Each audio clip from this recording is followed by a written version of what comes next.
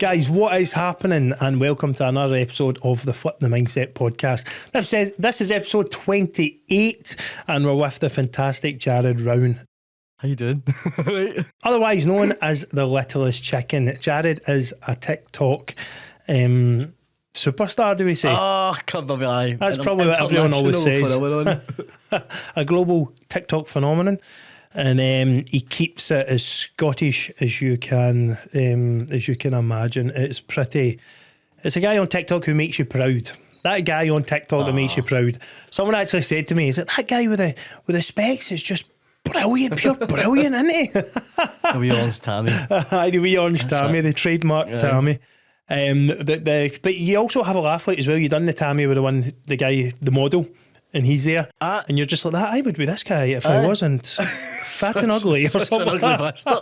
If I didn't have 6 double chins and this is it. Had a kebab for, but you like a kebab. I know you like a kebab. I love a hoagie. I love a hoagie. What's the place I get hoagies from? I can't remember, but it's phenomenal. And Bishopbriggs starts with a C. Can't mind. I've not found a decent place in Glasgow for a hoagie yet, and I've not tried the German doner kebab. I've not tried that yet. I heard it's not the best for hoagies. Sorry, guys. It's alright. Don't sue me. But this place I'm talking about is absolutely banging, because I've actually tried from other different places to see if it was just you're addicted to like the sauce they put in. Do you know what I mean? Probably some cheap, phenomenal sauce. 200 calorie, 15 gram sauce. Mixture of tomato sauce and mayonnaise. Oh, it's just, oh my God. What do you do with your hoagie? Like, there's ways to eat a hoagie. Genuinely, knife and fork. Knife and fork. I can't do it. Because I smother it in garlic mayo. Lovely. So you put extra garlic mayo on? Aye. 3 or 4 more tubs. Beautiful. I'm like a Doug eating shite, man, with my hoagie, honestly.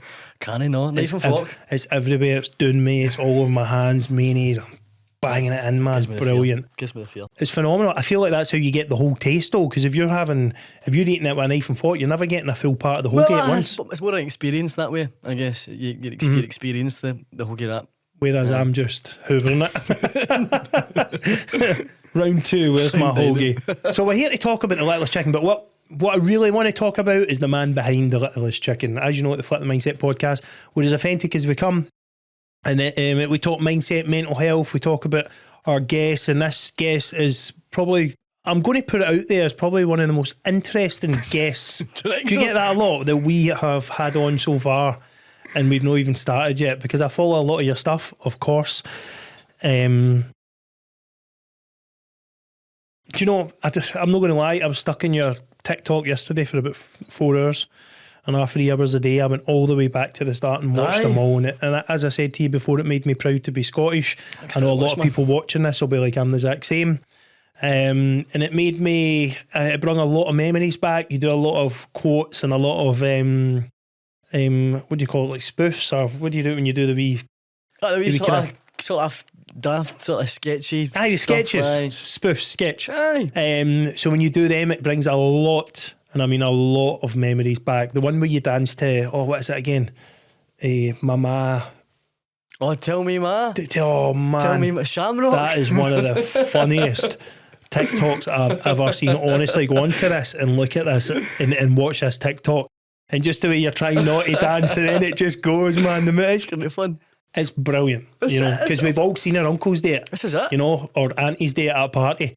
And so we're here to talk about everything that is Jared Rowan, everything that is the Littlest Chicken. First of all, let's take it back a little. Let's start from where you grew up. We know is Stranraer. Mm-hmm. What was life like for you growing up? It's good, man. I was I guess lucky. I had a good childhood. I'm an only child, but I was dead close to my cousins. Like me and my mum, my auntie are dead close. So she had 3 boys and a wee girl now, but we were all like that was my brothers in a sense, do you know what I mean? We were all super close, constant holidays together, the caravan site in Craigtara, where I frequent quite often. I was in Craigtara. No, I had a good childhood, did close with my gran. That's where a lot of my, I guess, musical inspiration and stuff comes from, and all the wee daft quotes and things that occasionally come at me is all kind of off of her, do you know? I think actually part of where the Littlest Chicken character comes from is childhood memories of my granny. Dead close with her. Very Scottish, very patriotic. Aye. Because we are from similar families, you know, these small towns in the middle of nowhere. Aye. I got a lot of obviously my piper, my drummer, played in pipe bands. Used to sing Gaelic. A lot of people don't know that. I know. Gonna guess a tune? I'm like the least likely guy to sing Gaelic ever. Hovan, hovan, ho. If someone knows, they'll know that's a song about rowing down the stream. Oh, great. Here on the hovan. Aye, mad. Look again. So, my papa was fluent in Gaelic anyway. And we've had similar. So, a lot of your TikToks brought back memories, as I was saying. So, you and your nana, you and your gran, how much time did you spend together? Oh, hunters. Like, she would always, I used to remember, right, I would finish primary school. And my mum would work, my dad would work, so she'd come and collect me. She'd walk all the way for a wee flat up to my primary school and collect me for primary. Take me back 5 days a week, Monday to Friday after primary school. I'd have sausage and chips at my granny's house. That was like my after school ritual. Brilliant. Oh, sausage and chips. I don't know if my papa would. My papa was a wee bit more strict. You know, it was fish and broccoli and potatoes, and you didn't leave the table until you ate it. That was it. So you're coming in for a lunch and you've got a fish full of bones. He's expecting you not to munch it right down, man. I got one time, actually, true story, I got a bone stuck in my throat. Oh no. Took about 6 hours to get out. So he's in stuffing bread. Get the bread down, you man, it'll go down. No bother. Nice fish. So what do you think the guys used to do when we used to catch our fish ourselves and eat it all the old patter, you know what I mean? And I'm sitting there grating my eyes out with a bone in my throat. Just a wee tiny bone lodge, you know what I mean? But it felt to me like, wow. Oh, you know, like it was the end of the world. So what was school like for you? What was Stranraer like? Stranraer is a funny place. School, I was really, really quiet. In primary school, like I was super, super quiet, and I was very, very well behaved in primary school. And then I onto secondary school. I kind of enjoyed the first year or two, and then it just all kind of went downhill for me, and I sort of came out my shell a bit and had the worst the worst time at school. God, that's kind of stuck me here a minute thinking about that again.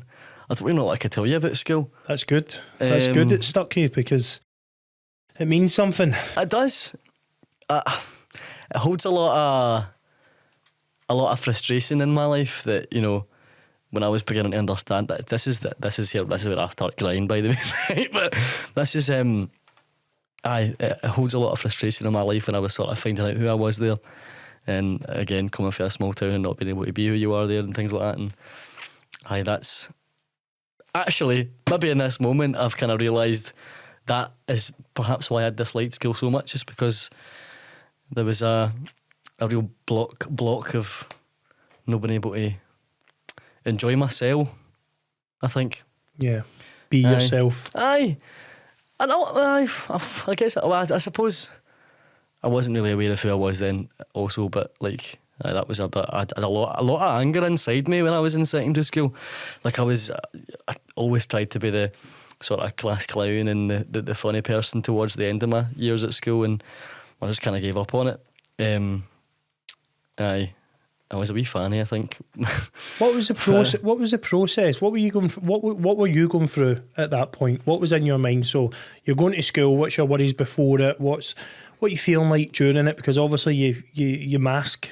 You masked that person and it started being a wee fanny. Yeah. Because there's probably many people watching this right now who are masking that right now. Yeah. Do you know what I think it was? I think I felt like I was very misunderstood, and so that's perhaps why I maybe acted out a bit. Because I was a bit different in school, so people could obviously tell I was a bit different. You know what I mean? And for me, that I think my reaction to that was just to sort of cover that up with a mask of like some sort of comedy or some sort of, you know, annoyance, I guess, in a sense as well. But don't get me wrong, I had I look back fondly on some of the relationships that I formed with teachers. Like a couple of teachers that in school really, really helped me through. And in ways that they won't even realise, though. Do you know what I mean? Like there was a history. I had a drama teacher, right? I don't know if I'm allowed to say his name on this podcast, but he was a cunt, right? Mr. Cunt. Aye, he was. He was a you know who you are. Horrible man, and he hated me. So I almost failed drama because he tried to sabotage my exam, or at least that's what was in my head. I was like, you're going to sabotage this for me. But there was a history teacher, and she sort of knew what was happening. There was this dislike that we had for each other, and she helped me through. But she was also a bit different. Do you know what I mean? She'd come into school with this sort of wee, maybe like pride earrings and things like that, and that for me was like, without ever mentioning it to her or without her mentioning it to me, I could see that's quite cool. There's it was the subtlety of it, and I found a great comfort in knowing that. Although it was stuck in a small town with the same 50 people, it was there was also other people that had a bit of an awareness of things a bit bigger than just that small town mentality. It's mad because that teacher just wearing them earrings and walking past you, and you seen that. That was probably like a big cuddle and a. Do you know something? That is exactly how I would describe it. A wee bit of a feeling of acceptance without her saying a word. Yeah. Which is 100%. And I've got it on Facebook now, right? So it's always dead weird that having your teacher on Facebook. I think she knows that now. But I had massive respect for her. She was cool. Amazing. I'm actually quite close with the deputy head at school. Are you? Jim Collins. I don't know if people know who Jim Collins is from my hometown. He was deputy head and he got me. Aye. He got me. You get the teachers that just get you. Aye. But the actual head didn't get me at all. He chucked my brother out of school in fourth year. So I think he thought I was just going to follow, that be that. Aye. Yeah. And then, especially when I started kind of leaning into football in school, and maybe my education I wasn't maybe studying as much. Yeah. And then obviously I signed professional Green at Morton, and then I think more maybe the head I don't know, he just never, I remember a one head boy and he never ever said well done, congratulate, ever, unbelievable. And then I was head boy, and then the next year I got deputy head boy, and I think it pissed him off so much, man, he didn't even look at me.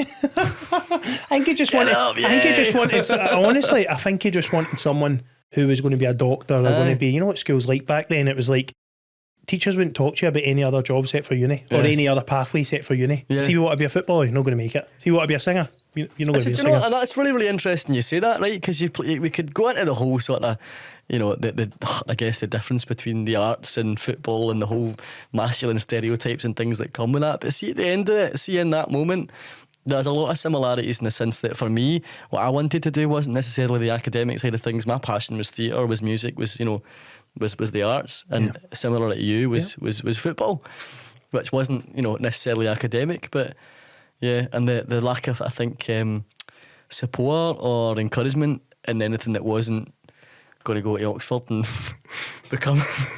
That's the way it was. I'm telling you, that is the way it was. I got deputy head right the second year. This is funny. My best pal at the time, Dominic Ferguson, who's now a doctor. Great guy, brilliant guy, man. He's done amazing, so many years at uni. Phenomenal, the hard work he's put in. No taking that away from him. I think my head teacher rigged that. Aye. I think I got it the second year too. But he was like that. You know what he said when he announced it? He goes, and the head boy for Dunning Grammar School this year, by one vote. I'm like that arsehole. I'm literally my heat just going, arsehole. You could just feel it coming. One vote. For that arsehole. I'd have been fucking raging. I know, and I was thinking, I just had that look where I'm like, I know, you know what I mean? But whether it was or it wasn't, man, it's just one of them. Definitely fun. Was. School's a mad place, and school was a mad place. I mean, so much stuff that isn't allowed to be said now was said then. So much stuff is so many improvements have happened since then. It's a long way to go, mind you. I think still a long way to go. Of course, there is. And I think there always will be. You know that. I think there'll always be a bit to go, a good bit to go, a good bit to go. But we've since I've been at school to now, we've came on hugely. You know, but as you said, still a long way to go. What's your fondest memories of being at school? School? Probably the simple things. I had a very small friend group. It was literally just me and my two pals, right? And my fondest memory is probably breaks and lunchtime especially, right? Because the two of us, we would meet up at the front doors.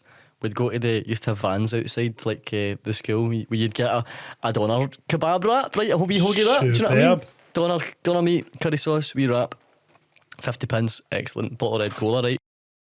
And we'd go to the vans and then we'd just go for a wee cigarette, and we'd come in and we'd go to the music room.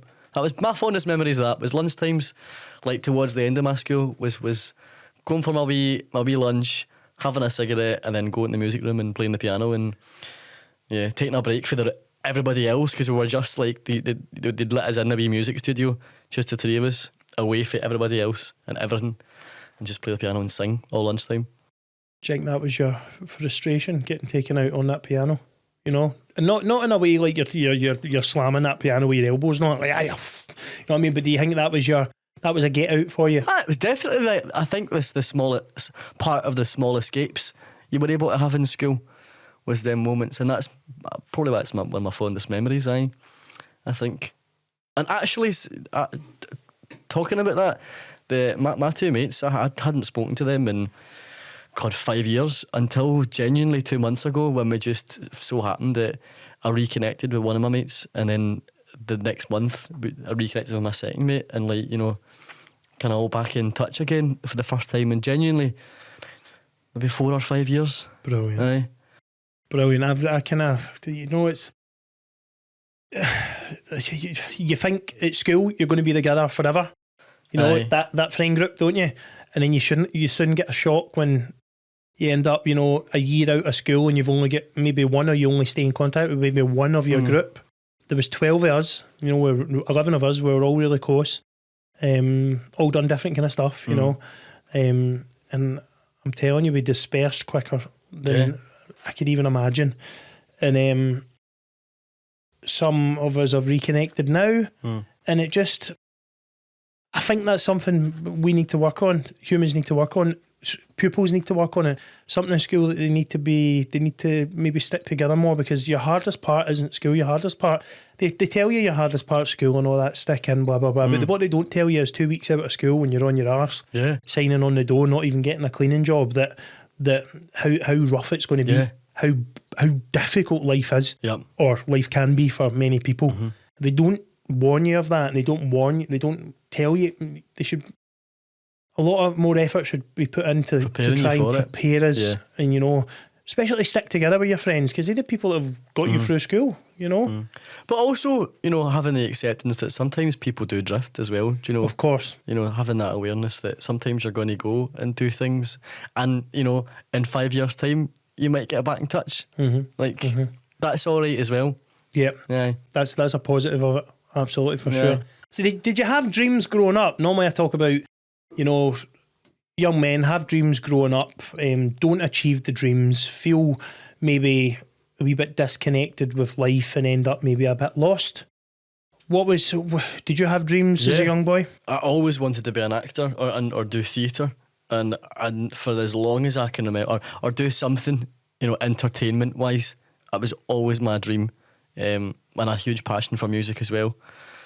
So I never ever imagined myself not having that in my life. So, even though I'm at the BAFTAs, it's still that's consistent in my life, and it's one thing that I'm actually really, really proud of is that I've kept. I've kept with my passion, but that was my dream, was to become an actor, or a comedian, musician sort of thing. So I feel like I'm hopefully going to get there someday. You're on your way. Yeah, you're on your way. See, I was Proclaimers just came into my head there. I'm on my way. That's one of your favourites. That's probably why it's came in my head. You said you said somewhere that you would love to do a duet with him. I would a duet. Well, I don't know if I get political here, but I mean, I would have loved to sing with the Proclaimers until they endorsed Alex Salmond's Alaba party. So. Sorry. Big SNP man. I am. Not blindsided by, that aware and critical. But I am. I always think with politics, everyone in politics is blindsided. They don't think they are, but we are. We've all got that wee bit, haven't we? Yeah. No, I guess. But it's something I don't actually talk about, and I don't want to talk about it today because I hate it, man. Oh God, that gives me anxiety. In politics, gives me anxiety. I was talking to the producer about this yesterday on the phone. We were talking about, possibly getting politicians on and all that. And I just don't know, man. You open yourself up to so much. I know. so wow. much. I can see my head going like this, and my head goes like that enough. You know what I mean? As I said, it took me about 10 minutes into this podcast to stop clenching my arse cheeks because my anxiety is so bad. You know what I mean? Like, it's like, imagine I was thinking myself and put. Oh, and I think maybe part of the mistake I had was I was very vocal about my support for political parties and the independence campaign during the election there. I think that was perhaps quite dangerous of me to do that. Did you get a lot of hate? I got a lot of hate for it. That part of the fun of it is winding up, a couple of Tories. So that's all right. I mean, I don't really deal with politics, but I hate the Tories too. No, I don't know, because you don't know what you've been conditioned to hate. You don't know what to. There's so much to it. I think what you believe. Your opinions. Everyone's got their own educate opinion. Yourself. But stand by what you stand for. This is it. Don't fight about it. Some Talk people about are just wrong. My mate said a good point though. He done politics at uni. And he wanted to be a politician. And then he came out. He now owns two successful. He owns a window cleaning company. Two different ones. And he said basically, quote me if I'm wrong, Kieran. He said I was studying to learn to lie about lies that I told last week when I was lying. That's what he said about politics. I couldn't do it. But he's not wrong, is he? He's probably not wrong, is he? And he goes, I couldn't do it. Nah, couldn't do it. And he's an honest guy, and he's not a bullshitter. And see, when you actually think about it, I think that was it. He'll quote me, we put in the comments. I think that was it word for word. And that's almost poetic. I find that phenomenal. Aye. I want that in a song. Aye. I want that in one of your songs. We'll get in touch. Don't you like? No, I'm taking the pod. He's not taking the pod. Fuck him. So something I don't really talk about, and it's something I will start to. I did promise producer that I'm going to start getting back into it, but it's going to open a world of mincemeat in my head. You know what I mean? Because you then start maybe getting obsessed. I'm very obsessive when I research stuff. Yeah. And then I'm fucking calling all sorts of political agendas on my TikTok and Instagram. Phoning your counsellor to I need to speak with you, Annie. We need to talk about this. Clean these streets. It's disgraceful. What's happened to the pigeons? There was actually a guy down at Hogganfield Lock, and I was walking the dogs. And it was funny, man, because he was giving out posters or whatever pamphlets or whatever about the swans. I know. That's what you need to say. I was just thinking to myself, what can I say to wind this guy up? Because I just wanted to see a bit of passion. I don't like winding people up. I never do it for badness. Of course. What can I say? So, the swan hissed at my little puppy, right? My little cute puppy. Swans are wee bastards, aren't they? Big bastards. Aye. Hey, listen, my little puppy, I'm like, see if he does that again to you, smash him. The guy's just looked at me. And then as we're making our way back round, he's him and this woman are having a conversation about they shouldn't be getting them white bread. White bread kills them and doesn't do good for them. It does something, give them pink feathers. I remember pink feathers, and they should give them brown bread. That's the one to give them and all that. I'm like, oh my God, man. Did he has swan out for a walk as well? What's this one? I'm not. I mean, there's He's the Swan Man. The Swan Man. The Swan Man. So if I see him again, I'm going to think of something else. But it was just great because I knew he was going to give me passion. And you know that? You just think, right, I'm just going to press OK in the remote control and see. And I said, aye. I might not have said it. I said, if he does that again to you, you better smack him right into that water or something like that. And there was about 20 swans, so we would have lost. So, I might be a big boy, but these swans are horrendous, man. Aye. So, you're grown up, right? You've got dreams. Who did you want to be like? Who was that person? Oh, I don't know.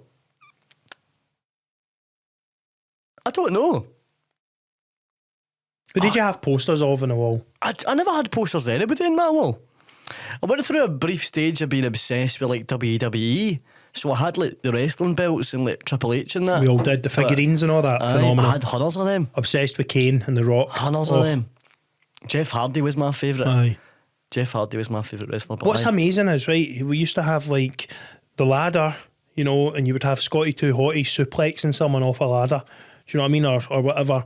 And that was the best times of your life. Aye. That was literally some of the best memories ever.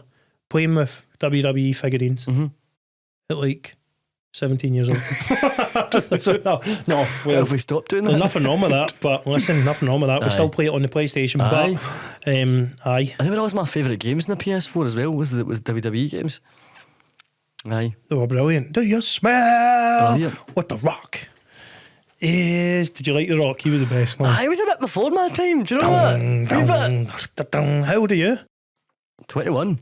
Okay. You don't remember Scotty 2 Hotties? Am I just rhyming off guys that you don't even know? No. Oh, I can't believe that. I know who The Rock is, obviously. Remember Rikishi? No. You didn't even get any of Rikishi? No. My era was like peak John Cena era. Terrible. That was, you didn't get the real wrestling, man. This is it. No. But honestly, Peak John Cena. Look this up. Look Rikishi, and he used to do this bum movement. Brilliant. He would suffocate people in his bum. And what was it? Do any of you remember the Rikishi something? What was that again? So it was the Rikishi. It was like the Bikishi or something like that. Right, He would literally have them against the ropes or on the floor. He was suffocating them, and they were like, wow! It was absolutely brilliant, man. So we always talk about someone on Flip the Mindset who was that influential figure growing up. You talk about your gran. Did you have a mum and dad about? Yeah, no, my mum and dad together. Do you know, probably my gran is and always will be and always was a big inspiration and influence in my life. So perhaps to a certain extent it was her. Genuinely, like I've got such a I'm so blessed to have that relationship with her. Like I love her to bits. And she's taught me a lot about a lot of things. Is she still here? She's still here, aye. Good. Still How old is she? 79. Oh no, I don't. Is she 79? She's 70 something. Seems down to earth too, man. I seen a TikTok where she gave us a Vicky. She's a fucking rocket. That was brilliant. She's a rocket. I think you said something nice to her. I don't know what you said, man, but you probably could have asked her, you want to go shopping? She's like, She's brilliant. That's she's just superb. Brilliant. Up for anything. What's her name? Anne-Marie. Anne-Marie. Anne-Marie. Anne-Marie. You know exactly. She wasn't the Anne-Marie for Still Game, was she?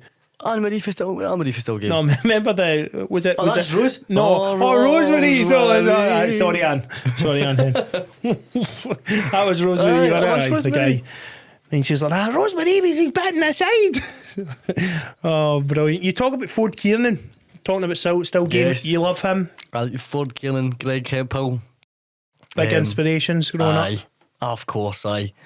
Love Still Game. Do you know, I was quite late to the Still Game party, really. I don't think I seen an episode of Still Game until I was I'd seen the Christmas specials, do you know what I mean? Or a Hogmanay. I was kind of late, maybe mid-teens before I started watching the Still Game. Wow. So I was quite late to the party. It's not something I really knew about, actually. It wasn't really something that was big in my family either. Because it was I'm mostly... ashamed to admit that.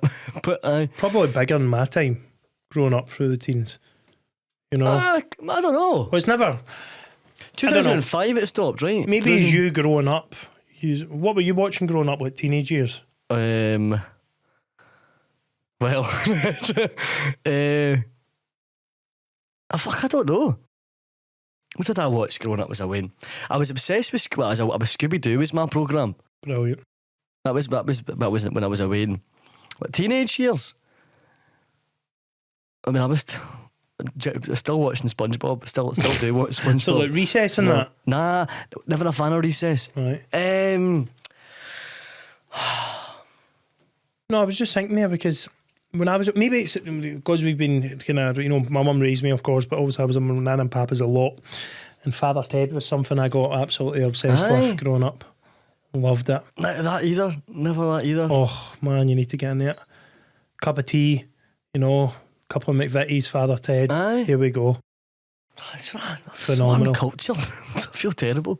Honestly, maybe because I was made to watch it off my papa, then I started loving it. You know what I mean? It was kind of like a schedule. I don't know if your grand's like this. It's like a schedule. It was 6 o'clock news. Well, if I was here all day, 1 o'clock news. All right, and then it was that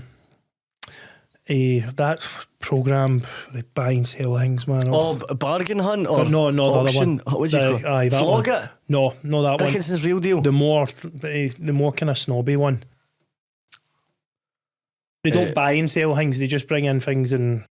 Oh, I don't know. There's Bargain Hunt, Dickinson's Real Deal. It's like you people there, and she brought her old bracelet there, and she's like, "Oh, my old... Is that no Bargain Hunt? My old bracelet, and... How much is this worth, sort of thing? Aye, is that Bargain Hunt? No. That's Dickinson's Real Deal.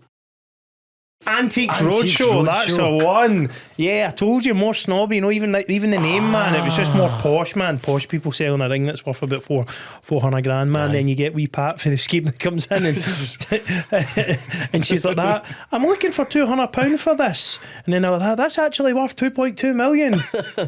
Maggie, you know what I mean? She's like, oh, all right, I'll keep it then. I'll just put it back in the cupboard. The money? I'm going to go on a holiday. I'm going to get my wee grandson. Wee JP. I think in that case, if I was at my Grans, it was like Murder She Wrote. Deal or No Deal was her thing. Decent. That was Deal or No Deal. I used to get to watch after I went home from primary school and had my sausage and chips. I'd get to watch CBBS or something, nice. Or CBBC, whatever you would call it. And then she'd get her Deal or No Deal, Murder She Wrote. What's the other one called? Inspector Morse. Brilliant. Should watch that. My night time schedule was terrible. 6 p.m, remember it like night and day. 6 p.m, the news. Aye. Maybe before that, 5:30 was Brookside. Can't remember. After that, Emmerdale, Coronation Street, EastEnders. There was Brookside when Brookside was on. There was in the news at 10, which my papa made me watch, and then straight after that, news night. See, Tuesday night's the worst ever. Oh wow. The news and then news night, man. Oh my goodness gracious, man. That was my teenage years, man. But you know what? It educated me so much. Aye, but then I think now, man, I couldn't think any worse. Just ask my Alexa now. So I do. So, you're an artist. You're also a comedian. You say one of them's your therapy and one of them's your passion.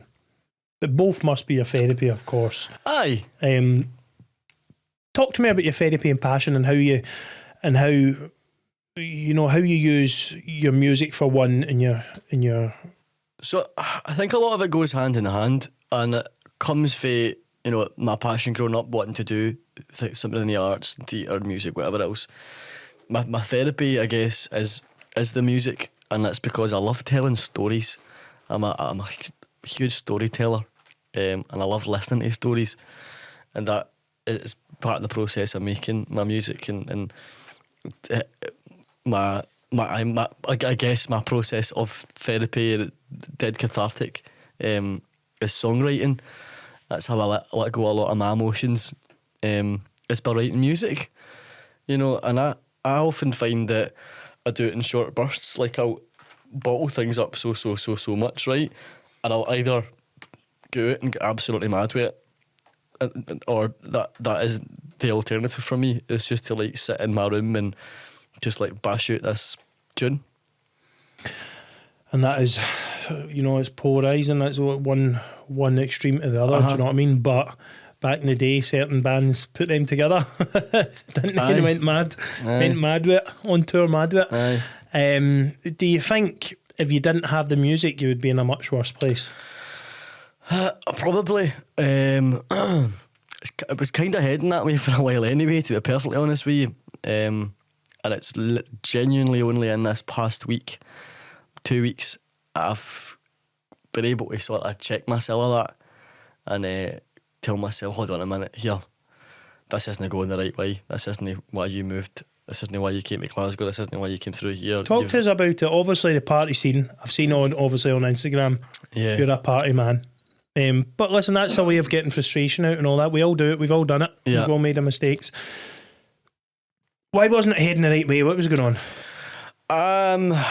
I guess coming through to Glasgow and exploring who I am and being in a comfortable setting and being surrounded by people that are like that, or like me, you know, or in that sort of bubble of, you know, the community, I guess.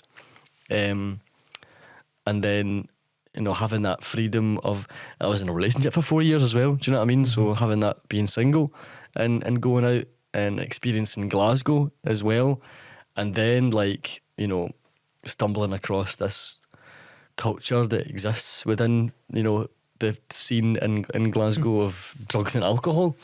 So for people who don't know or have never met or seen Jared before, he came from Sunra. Yep. Then moved to Glasgow. So split up with a girlfriend. Yeah, I moved back home for 2 months. And to then Stranraer. So you lived with a girlfriend, moved back home to Stranraer, came to Glasgow, came out as a gay man, well, gender fluid. Fluid, sexuality wise fluid. Yeah, you need to educate me on this, so as I like, said. Basically, I don't really identify with a sexuality. Do you know what I mean? I don't. It's regardless of a person's gender or, you know, their own sexuality themselves. Do you know what I mean? It's just a person I connect with. It's not really a gender, I guess. So quite right. He's, she's, they's, thems. So, which is a huge sense of freedom. Yep. It really is. So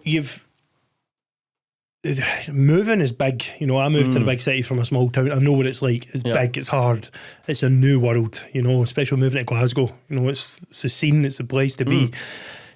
You're moving, you've come out, you've met a whole society of people that are not the small town, that are not the, literally in small town you get people, he's a troublemaker, don't want you hang about with him, or this and that, or want you maybe stay away from him. You look down on for the smallest things, and you get looked down on on what feels like a big way in the fishbowl in small towns, you know.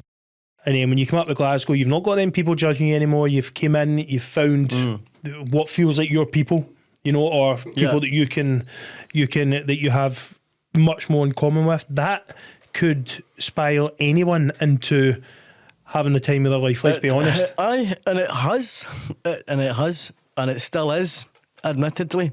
It was all of that in one for me, as you just said, you know, moving through here, coming out, finding people that are like me, you know, being in the big city, having a bar that's open till 4 a.m. Do you know what I mean? Like, it's all new. So many emotions, man. Aye, so much. And then, you know, with that, I suppose comes the huge overwhelming sense of sometimes the attention I get when I'm out, when people are like, oh, you're right as well. And yeah, that on top of that. And I became incredibly paranoid very, very quickly. After, like, you know, the first few nights out in Glasgow, I became so paranoid. And I still went out because I'm lonely. Do you know what I mean, as well? And then the sort of, I guess the culture that I've realised exists within the sort of gay community, LGBT community in Glasgow is drugs and alcohol. Yeah. Do you think that's probably because there's so much frustration and stuff? I don't know. I really don't know. And I honestly wouldn't feel, I don't feel like I could maybe comment on that, because I don't feel like I've experienced it in its entirety yet. Do you know what I mean? I definitely couldn't comment on it. Still very new. But from what I've seen anyway, it's a totally different world to what I was used to. Is it amazing though? Oh God, I'm having the time of my life. Do you know, like, it is the most incredible thing I've ever been able to experience. Do you think it's like an ongoing celebration now? Because there's so many changes happening in the community. Do you know what I mean? For the better, and we hope many more to happen, many more have to happen. Do you think just with everything happening now, people are just feeling just that sense of freedom you're feeling, you know, and maybe expressing it, and I don't know, it's hard to, because I'm sure there's not, I'm sure that's probably only who you've met so far, do you know what I mean? And then there might be loads of people not always out partying and stuff. The only way I can describe it is like going to like straight bars, we'll call them, right, or just bars in general that aren't, you know, labelled a gay bar, and having a drink in that type of bar and that type of environment's great fun. You know, having a great crack.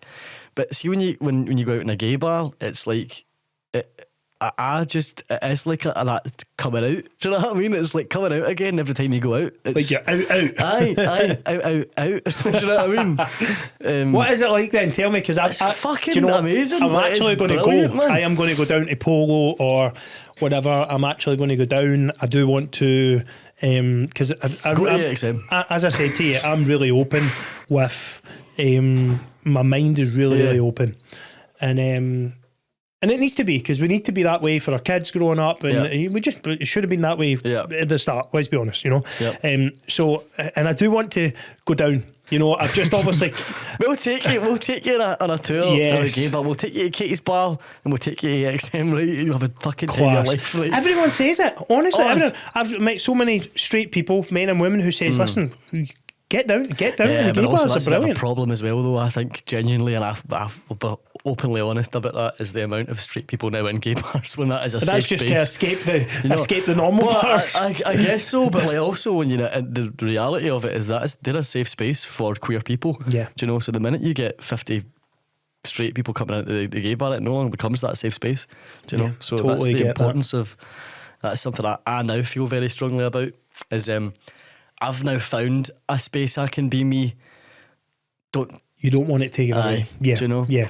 And that's not to say that everybody is welcome. Do you know? That's not. And there's two sides to that, because we need to say everyone's welcome. But also in your heart, and you're like, if everybody is welcome and it does turn out, you know, at 50-50, my safety's gone or my safety net's gone, that must be. And that shouldn't even be a thing that we're talking about right now. Do you know what I mean? Like, it's kind of like I've just found who I am, right, and what I experienced with these people. So when you now coming across that in these bars is like, this is supposed to be a safe space for queer people to come and get pushed and dance to fucking Britney Spears. Do you know what I mean? Like, I love Britney Spears too, man. That in your own. I think everyone loves Britney Spears, man. We all danced to it as youngsters. Maybe not when I was older and in front of people, but definitely in the room when I was younger, man. Superb. Brilliant. Oh, I don't know if I'd probably do it now, right. to be fair, because I don't care now. Yeah, I don't know if I explained that. But this is the thing. This is a thing where, like, on the podcast, to everyone watching, all our fans, we don't know it all. We don't know all. I don't know it all. You don't know it all. I'm not educated on this. We're not ridiculously educated on any really subject. We're not professionals. We're literally just on giving opinions, and nothing set in stone. So if someone might go out and go, "Oh, Jared, you're wrong, this and that," no, it's just an opinion from what's happened to you and your perception. I'm giving mine from my perception. You know, no one's wrong, no one's right. I just think we have to be open like this to go forward. You know, that's your experience, and that's perfectly fine. You know, someone else is going to be shaped differently, and they're going to have a different opinion from you. And if we're not open to each other's opinion, where do we go? You know, how do we move forward together if we're not open to each other's opinion? At least there's dialogue. Yes, at least there's dialogue. Exactly, and at least we're brave enough to come on and just talk about these kind of things. But you know, I'm definitely still coming. Oh, absolutely. I'm definitely still coming. I can't. It's actually something I've been looking forward to. I'm not even lying. It's like, and so many people say it's the best atmosphere ever. No wonder many straight people are going. You know, and it might be a thing as well that make it you have a straight friend. They probably want to go with you. You know, because you're the friend and they want to celebrate with you. And it's just, I think maybe it's all circumstantial, I guess, but for the most part, my heart firmly believes that, you know, it is a queer space first and foremost. You need to safe space, right? Okay, and that's so interesting because I can understand. You know, I can understand. Definitely, we do it from being like, I guess my safe space was more football, because I was brought up off of a full white family in Scotland, a Mackay family, you know, a real Scottish family. Real Scottish family, just a, you know, played the pipes, bagpipes, Gaelic, all that traditional. And sometimes I would go when I was out, and I would go to clubs that would have R&B rooms, and it was predominantly black people in it. And sometimes I didn't feel at home there. And I know that's so weird to say, you know, people might come at me for this, but sometimes I didn't, because I was more, I was more Lacoste trackies, and I was, you know, that I was only of one of three in my school one of 2 or 3 in my year who were black.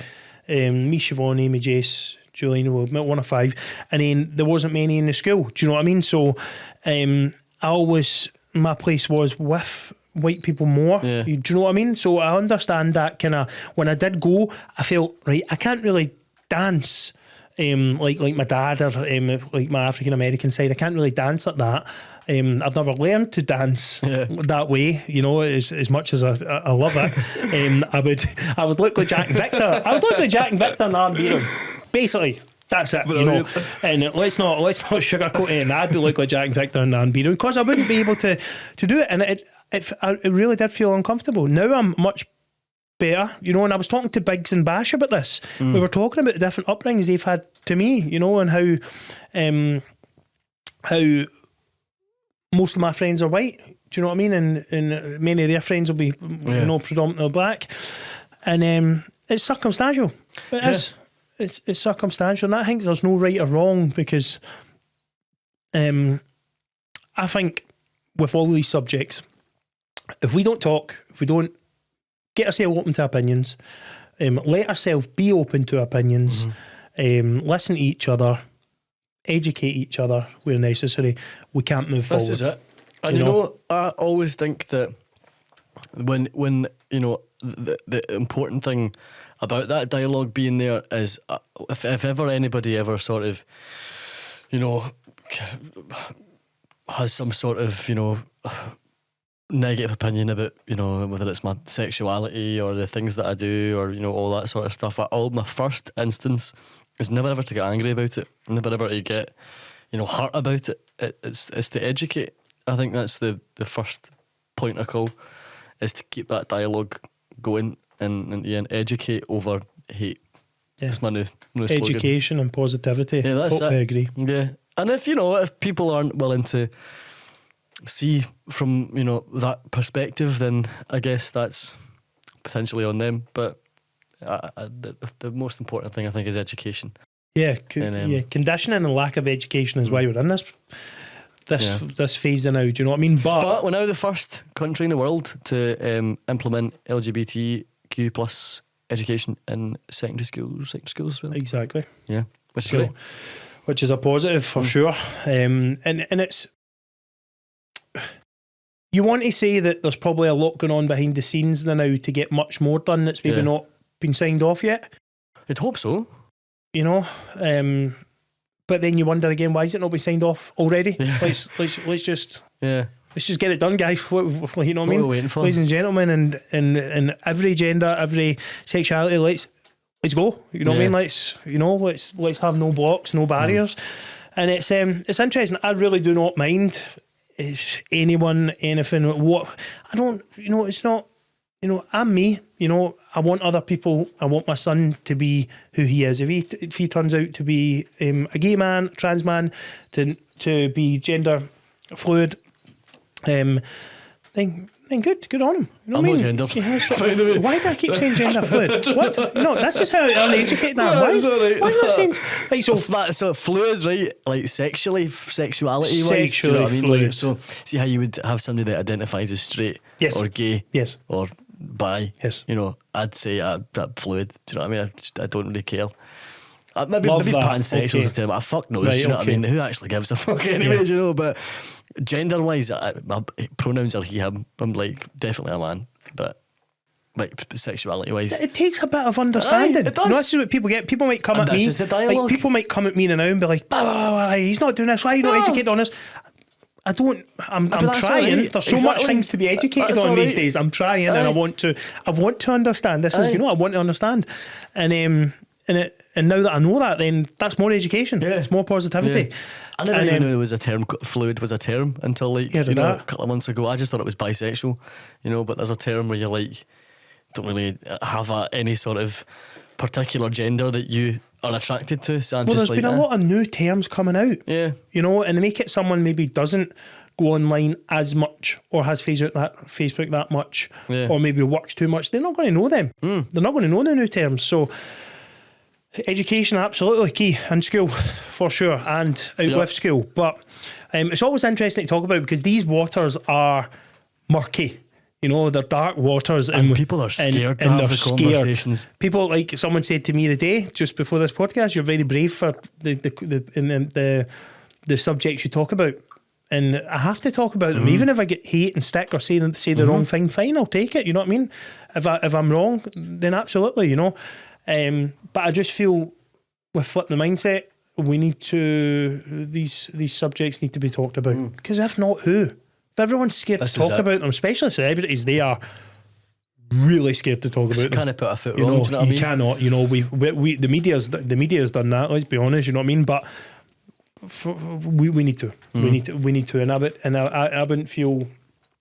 I wouldn't feel happy with myself if I didn't keep doing what I'm doing. Sometimes people come at me and go, "Oh, I don't think you should do that. I don't think you should do this." I'm saying, no. But it's making a difference.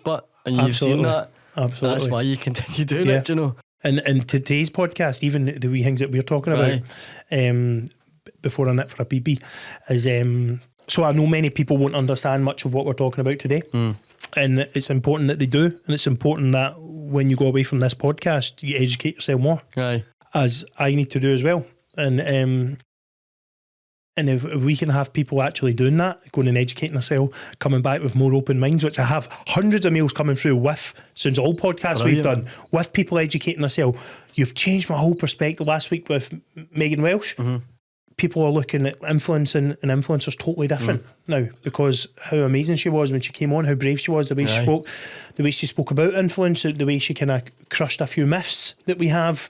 And I think that's really, really important. So we were talking there about how comfortable it feels to have this conversation where it's just dialogue. None of us are getting on each other saying, I believe this, but this is right, that's right. We're not knocking each other down. We're literally opening up to each other about something I definitely don't know enough about.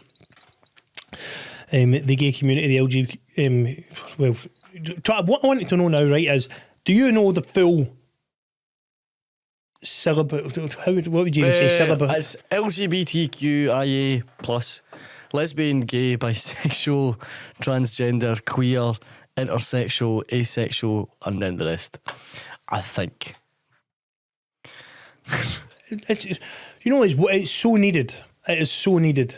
And after this, and as I was saying to you, I was talking to one of my best pals who he's a proud gay man, as he should be, and he was saying, I was saying to him, should I get, because normally I'll educate myself big time before a podcast, should I educate myself for this podcast coming up, because we're going to talk about this? And we came to a decision, we said no. Don't go in as authentic, as natural as you can. It's not something I've educated myself on fully. It is my duty to, because I'm now bringing up a son and I need to educate him on, and any other children I have in the future, I need to educate them on this stuff. It's very, very important, and hopefully the schools and that do too. So, saying that, I'm still not ridiculously educated, and there's so much room for me to be educated. So us having this conversation, I know that's what I mean. It's okay. And literally, as before we did come back on, that was the conversation we had, and how comforting it is to have that conversation and not have somebody sit and you're not sitting pretending like you've no went and fucking right, I know exactly what this, do you know what I mean? That's the comfort in it. And that is the word for me, is just dialogue, right? And I would much rather you right, you're gender fluid. I would much rather that sort of shit happens than somebody sit and be like, guess so there's a pansexuality and and all that sort of good stuff. But it's just it's comforting. So I mean, I'm not saying I have no idea, because I do understand, and I do understand. No, I don't understand. Is it awareness? Yeah, I want to be as open as I can for anything. And I will be, and I am. But there's so much more to learn. There's so much more to learn. Same. Do you know what I mean? I'm only at the beginning stages of exploring and understanding who I am in that sense as well. So when you're talking about, would you say, when I'm referring to, would I say the gay community? I don't think that's particularly really that. The gay community, queer community. And the reason I'm saying this is because there's going to be so many people who want to talk to their friends who might be gay or trans or whatever it may be, who won't, and I know they won't, because it makes your heart go. Yeah. You think if I say one word wrong, I'm getting, I'm getting, hung out to dry. I'm losing my job. I'm getting exposed on Twitter, on everything, and my life's over. That's how brutal it is. And even in this podcast, at the start of this podcast, I was letting that come in, and I was thinking, should I say that? Should I not? And I'm thinking, no, I need to be as authentic as I can. If I get hate for it, I get hate for it. It's fine, I'm trying to learn, But for someone who's maybe got a friend in the gay community or queer community, and they want to talk to them, how do they come about it because they might be scared they might get shut down badly, or if the questions are specifically about the issues that somebody that's queer might face, is that what you mean? How do you open a dialogue with your gay friend? Yeah, absolutely. Because the reason why I know two friends now, and they never speak about it ever. It's not even mentioned. Yeah, because genuinely, I mean, as much as we've spoken loads about it here, partly is because I'm so new to it, and it's amazing for me to be able to have this conversation in the first place. Do you know? Because I've never been able to before. I think that your sexuality, personally, is the most important and least important thing about a person. Do you know what I mean? I now love myself for who I am. Do you know? In that sense, but also, who gives a fuck? Do you know what I mean? Yeah. Like, who actually gives a fuck? Do you know? It's that's just life. But there will be people that when you say who gives a fuck, or if I say who gives a fuck, there'll be people going, whoa, you know what I mean? This is fucking both so sides important. Of the coin. It's exactly. Absolutely important. So, but it's also like, that's just who you are.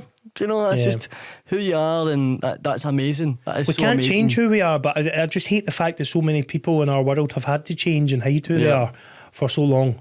Yeah. And it's just it's ridiculous. But it's also the reality.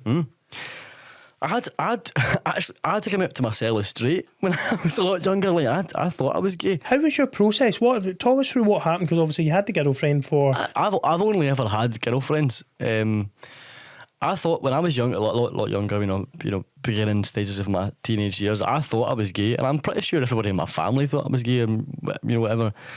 Because that was the only other option. It was gay or straight, right? So. But I knew I wasn't gay.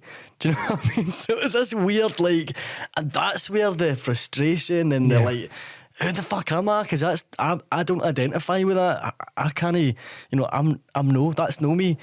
And it's obviously only until now I've realised that there's not just two options in this world. You're not just one thing or the other thing. You can be so many different things and as many things as you want to be, and that's fucking brilliant, and that's all right.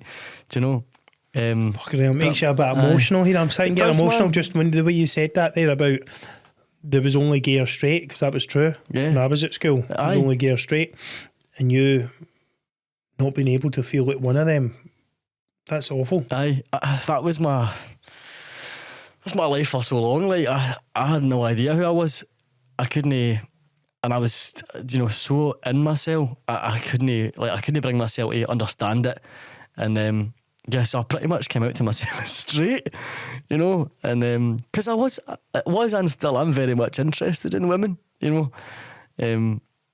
but and then of course I was in a long-term relationship with a girl, so until this very moment my process is still ongoing, because this is now me exploring that there is so much more to just those two things.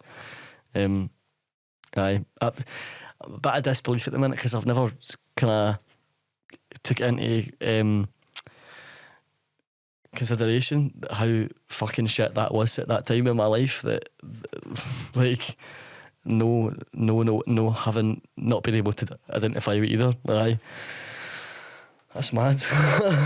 That is mad. That is really scary. It was very scary. Like, and that's when I thought there was something wrong, right? Because at least if I was gay, I'd have known him. Do you know? I'd have had something I could say. That's me. But aye. Fucking hell, man. It's I don't know if it's just having a son as well. You kind of,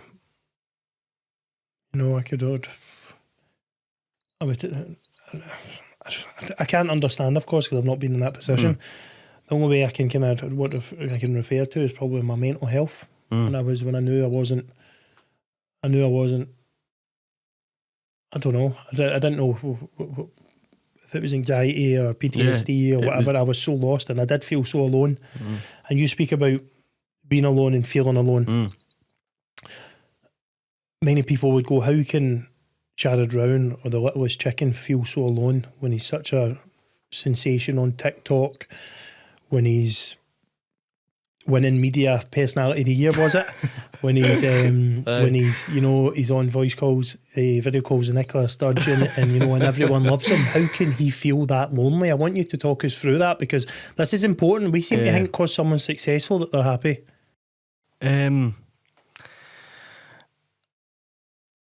I've always surrounded myself with a lot of people, and it comes right back to, for the longest time, the only person that knew who I was me on the inside, and me on the outside didn't want to recognise that or let that person come out or let that person through, out of fear of losing my family, the people that were closest to me. So I still very much am alone in my inside, because I don't think I've actually fully let that person on the inside out yet. And it's weird thinking about it, like there is two people. There's the person I present to people on the internet, to my friends, to my family, and yet always knowing that there's somebody else in there that's like, that deserves to be here. Aye. There's still so much progression to be to be had, and learning yourself still at 21 is. I suppose we learn ourselves. We're always learning, aren't we? You'll never stop evolving. That's the joy. We're always learning and evolving, and the world's always learning and evolving, and it's really nice you've opened up with that, and I'm sure there's many people watching this who feels that way right now, and we talk about comedians. We normally say that you're 8 out of 10 comedians will be hiding behind dark and intrusive and thoughts and really poor mental health, and it must.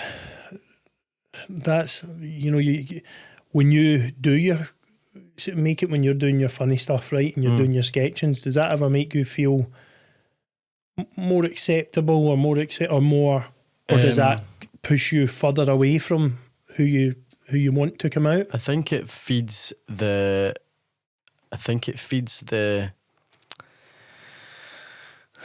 maybe it feeds the acceptance of just being accepted first and foremost, and whether or not I'm presenting me on the inside or me that I choose, how I choose to present myself, it's acceptance regardless. So I take that where I can get it, I think, is the biggest thing for me.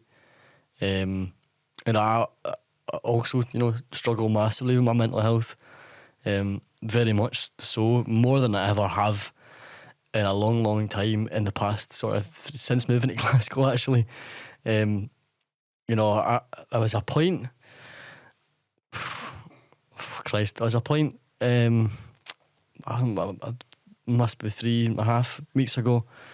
Like, after a night out, you know, what, and I don't know how to have this conversation without having a bit of context behind it and a bit more of a. We'll come back to that bit. We'll come back to that bit. But aye. What was the question? There was a point 3.5 weeks ago. Aye. Did it all come to a halt? It did.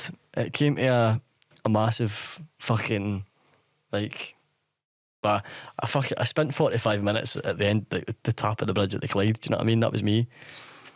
I absolutely, like, out my tits. Do you know what I mean? And I didn't even, it wasn't even that I thought about jumping. Do you know what I mean? It wasn't even that. It was just like, I was just there. I got myself home, but I phoned my boss, actually. And I did that because, you know, I knew if I phoned my boss, like, that's my boss. Do you know what I mean? Aye.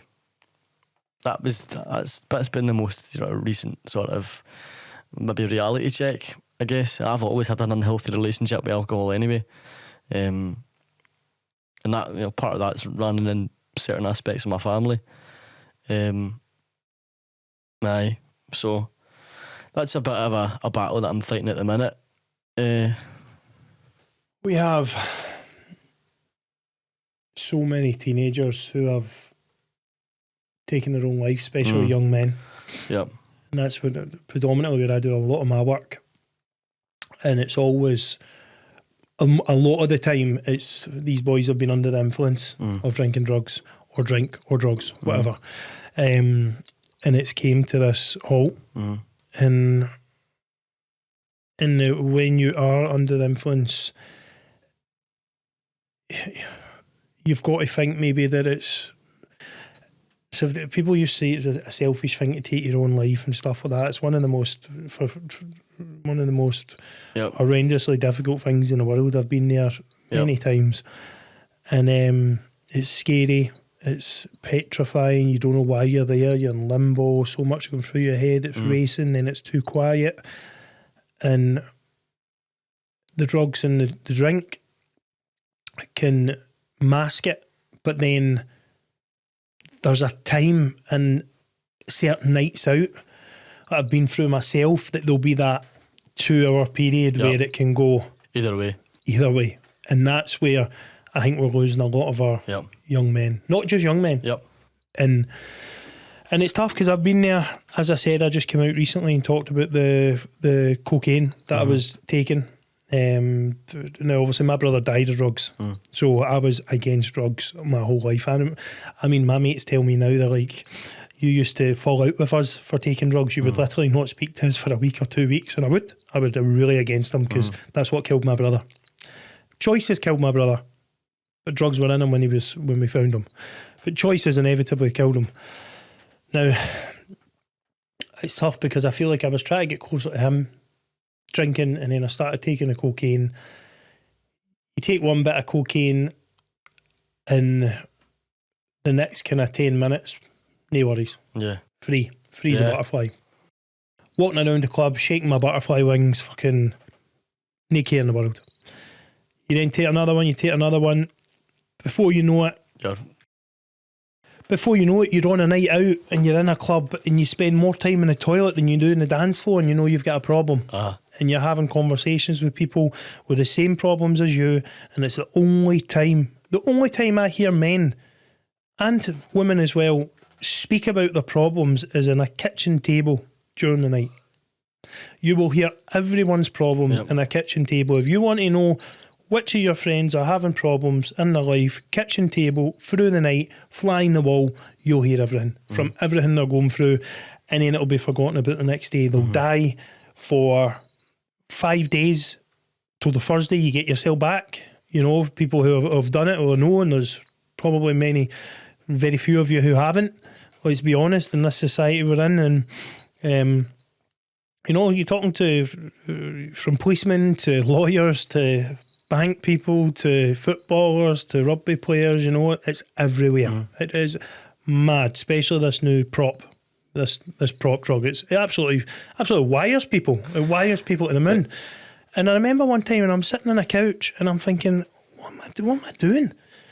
And I'm like that, you know what I mean? Pure wolf. My heart is booming, man. I'm thinking, whoa, what the fuck am I doing, man? I must have took about 7 grams of cocaine to myself. Fuck, I was a big boy. man. I was about 6 stone heavier than I am. It might have been more than that. And all the problems get talked about, and then you've got the rest of it to deal with, which is literally the loneliest and most horrible suicidal time. When you're lying in your my bed life. and your heart is fucking racing, and that is the minute that you're like that when you realise. Honestly, the thoughts, the fear, the depression, the suicidal thoughts, that's the closest I've been to it. But then, speaking about being alone, I'm walking to the gym the other night, and I've come off a drink, as you know. I've been doing the sober stuff now. The only reason I'm off a drink is because of the cocaine. Mm-hmm. You know, I know the drink isn't the problem. It's my choices when I'm on the drink. It is, you know, drink's probably the problem. And you know, as well. It's like you. It's no cocaine, right? Yeah. It's like you can't have a drink without having it. Aye. Do you know? So that's what happens. It's by proxy. Yep. You take the drink, you take the cocaine, you get all, you feel a wee bit sick because it's wearing off. Aye. I need another line. Patsy, toilet, boom, bang out, buzzing about the club. Come down a wee bit, fucking need another line, boff. And then it comes to that place where, and so many people will be watching this probably getting their eyes out in a lot of trouble, whether it's through money, whether it's through relationships, whether it's through feeling alone because they can't tell their mum and dad or their sister or their brother. We have got to tell people, because if we don't, the problem does not stop if we don't talk. And that's what this podcast is about. And I came out and people go, that'll ruin your chances of doing it. When I came out and talked about the cocaine, I only took it for a short period. There was a point where I took a lot of it on nights out, and I only went out maybe once every 2-3 weeks, but I'd be out for 2 days and then I'd go home and I would be in the worst state in the world for a long time. So I thought, if I stop the drink, I said, I know it's not the cocaine. If I stop the drink, I'm not going to take the coke. I don't just want to go and buy coke and take it and fucking dry sniff cocaine. That's literally the worst thing in the world to me. Not the worst thing in the world to do, but the worst thing in the world for my anxiety. So without the drink, there's just no room to take cocaine. So that's why I started the football team up with helping the boys off the cocaine and helping the boys off the drink and the cocaine, because it goes hand in hand. Yep. Once I kicked the habit of, not the habit, because it's a short time. Once I can take a drink without feeling, so make it, I'm going to do sobriety for a year or 6 months, whatever. If I can go back and have a drink like you used to and have the best night ever and wake up good, Sunday, fly, not being a gaff, or being a gaff sober or just drinking and say no to it, then I've kicked the, you know what I mean? That's why I'm giving myself the 79 days or whatever it takes to break a habit. And after that, when I go back to having a few drinks, I can go, no. I know what that does to me, mate. Yeah. Do you know what I mean? And that's, I think, what many of us are hoping for. Yeah. And sorry to rabble on, obviously I'm really passionate about that now, but I'm really passionate and open up about it because how many people say on Instagram and Facebook, and you guys will be watching now, how many people say, oh man, I was so drunk last night. You don't say I was so fucking out my nut last night. That's not what you say, because literally when you get home and you, oh man, too much drink last night, and you're walking home at like 2 o'clock the next day, you've not stayed up for that whole day. Maybe you might if you're hyper as fuck, but do you know what I mean? You have been sniffing your life away, and that's literally what we do. We take a chance, we sniff our life away, and then we'll go the next day. But you'll never hear someone go, fucking hell, I was smashed on the drink and drugs at the weekend. Very rarely do we ever see that on Instagram. Yeah. You know, I've seen influencers take it. I've seen everyone, so many fucking 3/4 of the club doing it. You know what I mean? I'm never out the toilet and they're away in their back. Especially now that I'm sober, I see it a lot more when I'm going out. Because you've been there, you know. I'll see the boys and the girls going to the toilet and then coming out, boff. Do you know what I mean? A mile off. And I see them living a life, and I'm not saying don't do anything. You can do what you want in life, you know. I always say moderation. If it's not affecting your life in a negative way, and it's not ruining relationships and ruining your life and ruining your family, then do what you want. Yeah. You know, who am I to judge? I can't judge you. Some people might go, you know what, Kenny, I've been 80 and I've took, no, I'm 70 years old and I've took cocaine every weekend. I've not got addicted. Well, you might not have an addictive personality, and they might just like drugs. Because some people do just go, oh, I love drugs, you know. And for me, probably it was an acceptance thing. I don't know if people will understand that. I don't know if you, like for me, taking the cocaine was an acceptance thing. I felt closer to my brother. when I didn't need to feel closer to my brother. So I'd obviously tricked my own head Yeah. into, I was in a bad way and I've tricked my own head into thinking that's made me closer to my brother. Yeah. Because I was thinking I didn't really understand him because he was doing that and I was always sober, picking him up going, look at Nick, you're disgrace, you need to, why are you taking this drug, all that stuff. And I would say everything under the sun to him when really I should have said, are you okay? Aye. That's the words I should have said. Aye. But it's mad. Let's get the lights less dimmed and lighten the conversation. The lights don't dimmer, by the way. I was just let's you better listen to that, people, if you are struggling. You know, really. I'm going to put some things in the chat below the description. I want you to click them, get yourself help. If you need help, please go and get it. All right, that's all it takes. Getting a wee bit of help, boom, go and get it. Many of us need help, and some of you will be going like that now. Nah, I don't need any help, mate. I'm fine. No, you're not. Some of you like yourself, we do that for ages. Nah, I'm fine. Okay, man, that's fine. I can handle it. No, well, you're obviously not if it's ruining your relationships and stuff. All right. So TikTok, right? Let's go to TikTok. First of all, how did the TikTok come about, right? Because I was late to TikTok, very, very late to TikTok. Right. I actually set up an account only a couple of months ago. That's fucking late to the game. That is late, and it's went viral as fuck, man. But these conversations, do you know what I mean? And that's for good reason. But how did you, what happened? You know, because your first, like, I went back, I've looked at all your, my phone alarm's coming off. Phone alarm. Have fun at the podcast, Kenny. Doesn't actually say that. I'm sorry. Sometimes I need to remind myself to have fun. So tell us about how TikTok started. What happened? You know, because you went to this superstar and you are loved on that app. No, you are though. Also fucking hated as You're well. very appreciated. I heard someone call you a lesbian the other day. Because we'd actually going to do something on trolls, right? And I heard someone call you a lesbian. Talk to us about it, because you've done a reply video to it. I spent the first 6 months of my journey on TikTok people convinced I was a lesbian farmer. I did. Do you know that the phone in the council, right, was the video. Take it back. So when I started TikTok, I just finished, graduated theatre school as an acting. I'd signed with my agent. Do you know, I did the Fringe Festival with a really, really cool theatre company. I did a short BBC Scotland film. So I was like, fucking yes, this is happening. This is amazing. And then lockdown came. So like, I had built my 2 years at college and things, and it was all great. And then lockdown arrived, and there was no auditions happening. There was no spaces open for me, because I used to make a lot of theatre. I was I had my own theatre company, and I used to, me and my pals would get together and put shows on in bars. Do you know what I mean? They used to facilitate shows and things. It was great. Then that all stopped, and I had no creative release. And at this point, I wasn't drinking heavily and all that shit. So, there was nothing to cure my boredom, right? And then I found this app that was predominantly just, young American girls dancing to, tunes. Or rich American boys jumping on trampolines. And at the very, very start of lockdown, there was very, very few Scottish people on that app, or Scottish people creating on that app. The really, really funny thing was, if you were on TikTok, right, just shortly after I'd started and began to grow a wee bit and things, and Scottish TikTok became a thing. Scottish TikTok became a community during lockdown.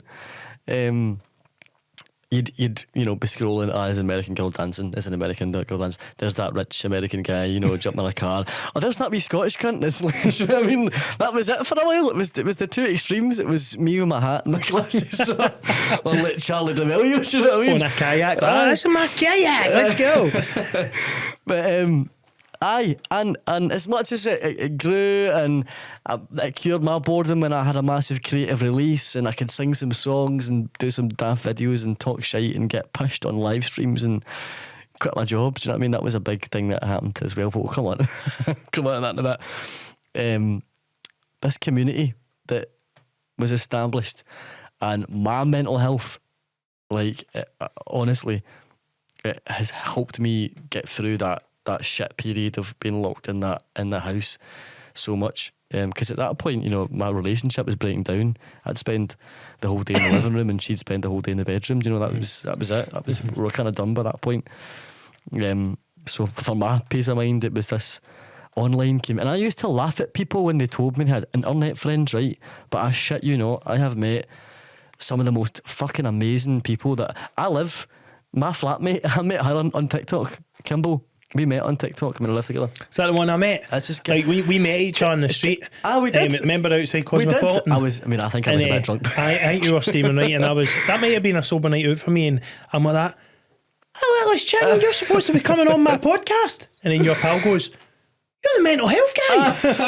Kimball, that's my flatmate. I was like, yes. And he's just like, I'm going to get him on your TikTok. I'm going to get him on your podcast for me. I'll let you do that, hey man. Brilliant. Well, we met on TikTok, but that's pretty much how it started. And then I just fucking fell in love with this idea of recording random minutes of my day and uploading it for like a couple of hundred people to see. You know, it was great.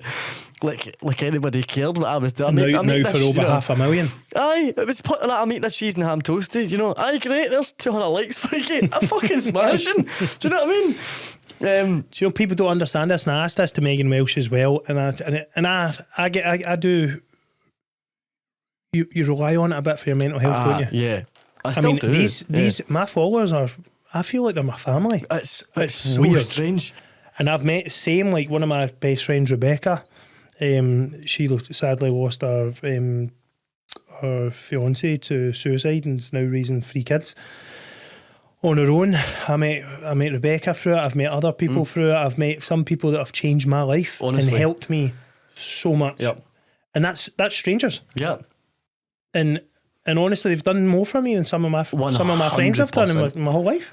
The people that have you know, watched everything grow from the start, and I've just been there, and you know, wee comments and things. I genuinely, and these people I've never met. You know, I can't remember your usernames and things like that, but just these wee moments of like just lightness in such a dark time. I will forever be appreciative of that. Do you know that some random. Would have thought, right, that genuinely 10 years ago when I was, you know, starting my teenage years or whatever, that in 10 years' time there's going to be a global pandemic. You're going to be posting things on this weird app, and loads of strangers are going to tell you nice things, and you're going to be pals. Do you know? Mad. It's fucking strange. Mad, isn't but it? it's just like and the live streams I used to do, I used to get just drunk on live streams and chat away and brilliant. Talk about my problems and talk about shite, and people get really invested in this. These people would sit in their houses as well and just have a drink, and I felt like I was in a pub.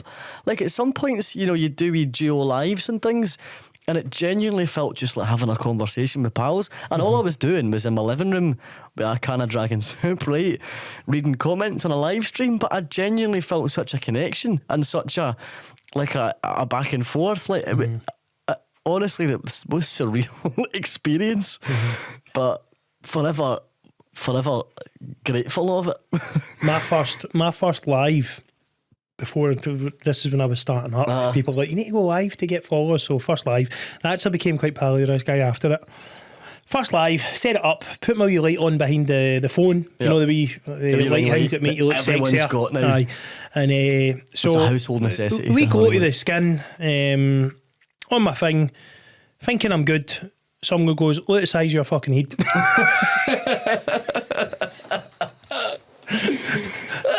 Next time, camera's But it is. Camera about a metre away from my face. It's fucking strange. Brutal TikTok as well, isn't it? It can be really brutal. Really amazing place for mental health. A really mental health community on it as well. A real community, you know, involving mindset, coaching and stuff. But literally my first live, let's size your fucking head. Fit Mindset podcast that comes on and just slaughters me. and there's a lot of hate. People do. There's a lot of real brutal hate. They need to regulate their accounts quickly, TikTok. But I heard you say last year in a podcast, TikTok's going to fizzle out. I think so. I think it's got bigger since you've said that. No, I think it will. At some point it will. Something new is going to come along. Yeah. Innit? Something new is going to come along at some point. But do you think TikTok just do so well though? See, when I go on TikTok, it's hard to get off it. do you know what it is? It's because the human attention span lasts 15 seconds, and that is all you can. It's 15-second videos. I know. Yeah, it's something new, and it's continuous. And Instagram have got their reels now. Yep. Everyone's following suit, but literally, it is the hardest app to come off. You go on that, you can't go on and just go off. You know, fucking guy jumping that trampoline off the roof. Fuck, he just jumped off a fucking mountain. What the fuck? How's he just flicked a disc off for his lights and it's just went into his PS4? You know what I mean? You're fucking watching match it. I'm watching. I've subscribed to a guy who cleans horses' hoofs. And that's so therapeutic. Mate, it's phenomenal. I just sit and watch him and he's cutting hoofs off and I'm thinking, whoa, you're going to cut her toe? Where's the blood? And it's just, just half that off, just smacked the mic. And half a hoof. Like, it's just dirt and all that. I don't know what it is, but I just nails or whatever, horse stuff. There's an account called Texas Bee Works. Is it Texas Bee Works? And it's literally just this, and she's got the most soothing American voice, right?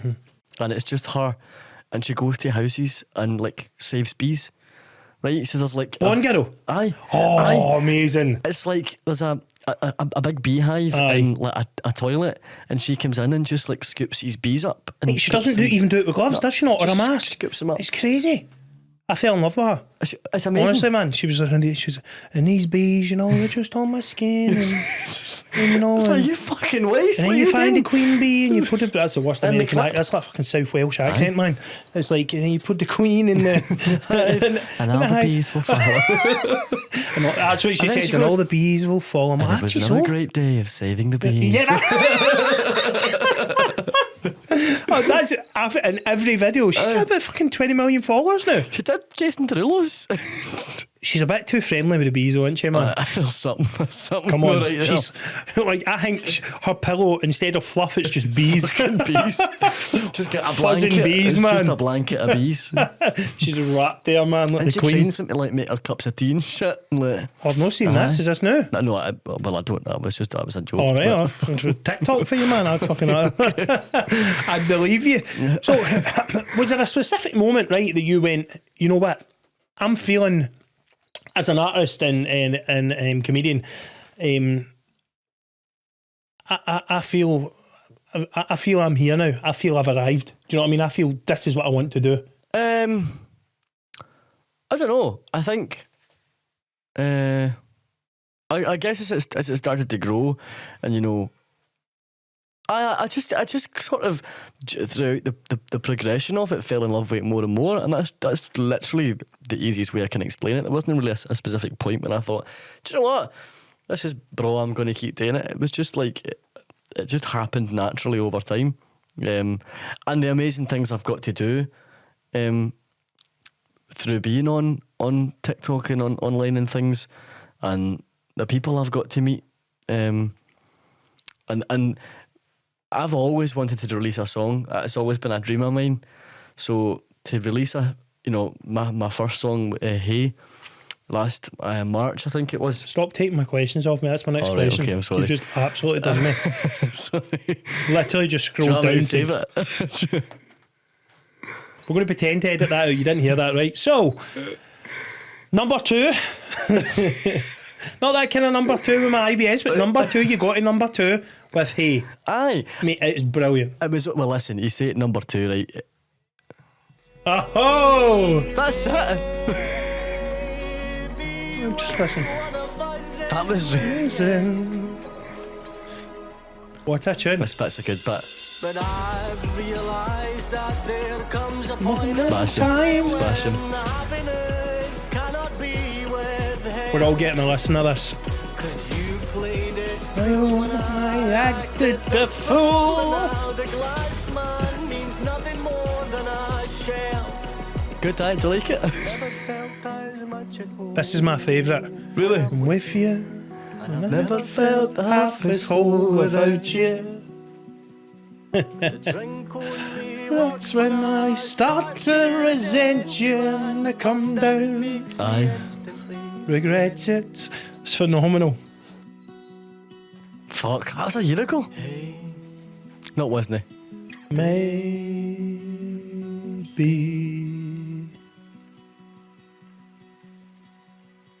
Hey, babe. Oh, Should be proud of that. thanks very much, man. Aye. That sounds really good with these headphones on, Good actually. top notch, innit, man? Yeah. That was it. You come in and start recording in here now. That was really, really smooth the way you did that. I wasn't expecting. I was like, what the fuck? Is somebody's phone ringing again? The best of the best, man, you know. Yeah. That'll be us on TV soon, smashing us. Aye. That's Flat hey. Mindset podcast, get you back in a year on our couple of number Aye. ones. Well, we're number 2 for 2 days, I think. But even still, even to like, see, you go on the iTunes app, right? And I think there was Nathan Evans when the Weller Man came out. Soon may that one. That everyone We know the Weller went Man. nuts for, right? That was on the radio about 17 times a day. Honestly, see when because I'm good pals with Nathan, right? So see when my wee tune came out, we had no idea that it was going to come out the next day. So we did it on the Sunday, expecting it might appear in Spotify on the Thursday or something. No, 9 o'clock Monday morning. I was up. I was like, so I phoned Ewan who produced it. And I was like, fuck, what do we do? It's it. We need to do something. I mean, no promotion at all. We had nobody to help us, no support. So I was like, fuck it, I'll just go live on TikTok, right? I went live on TikTok for like 9:30 in the morning, right through to whenever it was. And just like, it was like, go and download it on iTunes and whatever else. And suddenly, like, people were in the comments telling me, oh, your song's in the top 40. I'm like, what? What are you on about? So we watched it climb for like 36, and I always remember Nathan was at number 8, right? And it got to number 12, and I texted him, and I was like, I'm fucking coming for you. I'm coming for you here. And it surpassed, and I was like, yes, get up here. Yes, you bastard, you. And it was at number 2, and it stayed there for like a day and a half. And then it was nuts. Like I was on Zoom calls with the guy that sat Paul and Attini down in the room and physically signed Paul and Attini. My God. Yeah, I was on phone calls with him, like EMI Records and Polydor, Island Records. It's fucking nuts. I was in Zoom calls with these folk, right? In my house in Stranraer going, the creative process was brilliant. It was fantastic. It was great. How long did we do it? Well, we did it in a weekend. I wrote the song on the Friday, and by the Sunday, it was just it. That was it. That was genuinely how quick it was. Ewan heard a clip of it on TikTok and was like, we need to do something with this. And I was like, aye, chill, let's do it. Friday, we were like, done. Sunday released it, and then it ended up, Palanatini's old manager, it was nuts. Nothing's came of that, they've all fucked off. So if you are watching this, by the way, I'm still waiting for my record deal. But it's your loss. It is. I'm telling you, they should have took it. Palanatini, absolute superstar. Aye. Actually, I made a huge mistake one night. I was out in Paisley. Aye. And I made the mistake of, I was like, right, I'm just going to go home, back to a party in Glasgow. And my mate went to this other party with a couple of boys and girls, and Palanatini was at it, and I missed it all. That's mad. Oh, shite. Absolutely shite. And I could have, met him. He's my favourite artist. Huge inspiration of mine. He's phenomenal. I don't think there's anyone who doesn't like him. And he's had a lot of problems himself. Yeah. So I would love Paul on. I have tried, but same with Nathan. I think I wrote on Nathan's thing, love you on the podcast, and he goes, that'd be good. And then I goes, check your DMs. Gonna get back to you. I'll tell him. So I'm sure. Listen, we'll get you on here. We will. That's a promise. We'll get you on. No, because he's great. Him as well. He's absolutely smashed it. And I like how when your single came out, your debut single, he was one of the first to support you. He's genuinely just such a nice guy. Like, he was a postman, and then suddenly he was multi-famous. You know what I mean? Crazy. Nuts. Honestly, that guy deserves it. That is his passion, right? I have a passion, but he fucking lives for that. Wow. Lives for it. And I'm really excited for him because you know, even though Wellerman came out and things like that, I'm really, really excited for all of his original stuff to start, you know, because he's just such a talented Has he got a few guy. bangers? Well, I've not heard them, but I just know I know how talented he is. Well, he's got one out, I think, was the new one, Told You So. But like his musicality and his guitar playing, and you know, he's a talented man and he deserves it. And I can't wait for people to hear his original stuff as well as the Wellerman. Potential superstar. I love it.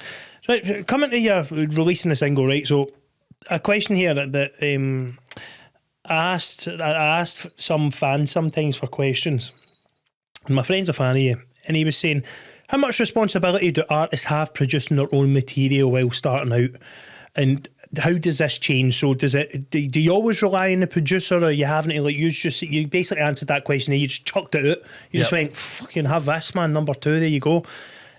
What if you can't afford a producer? What if you're, you know, how does one? So there might be young musicians out there that don't know what to do. They're just maybe gigging, and they want to get into the. Right, I've never gigged. Wow. Never. I've never. Well, when I was younger, and you know, like, you know, in the local park, you know, or in the karaoke, but I've never done a gig like properly ever. Wow. I've always just sang in my bedroom, and in terms of how much responsibility it is, the entire thing was on me and Ewan. I was just lucky. Ewan was just a mate of mine. Do you know what I mean? Yeah, there was no money behind any of it. We had absolutely nothing. Just me, my guitar, a shitty microphone, and a Zoom call. And on my end, I recorded just the guitar and things, and then on Ewan's end, he sort of did his production stuff, and that was it. So all of the responsibility was on us. I couldn't have afforded a proper whatever, but Ewan is a proper producer, but you know, like a full budget to record it with an orchestra, do you know? But all of the responsibility, aye. That's amazing. 2 pals just, you know, that was trusting in each other, chucking something out straight to number 2. And we've never met. Who number 1'd you? I don't know. Oh, do you know what it was? It was Tom Grennan. No, it was Tom Grennan and the lassie for the X Factor, Ella Henderson. Right. Is that who did that song together? Possibly, can't remember. I think it was Ella Henderson. Aye, she beat me to it. Bastards. Aye. Or was it Sam? I can't remember. But it was only there. I mean, it dropped out. It never made the official top 40, obviously, but it was still number 2 for a day and a half. Do you know? It's phenomenal, though.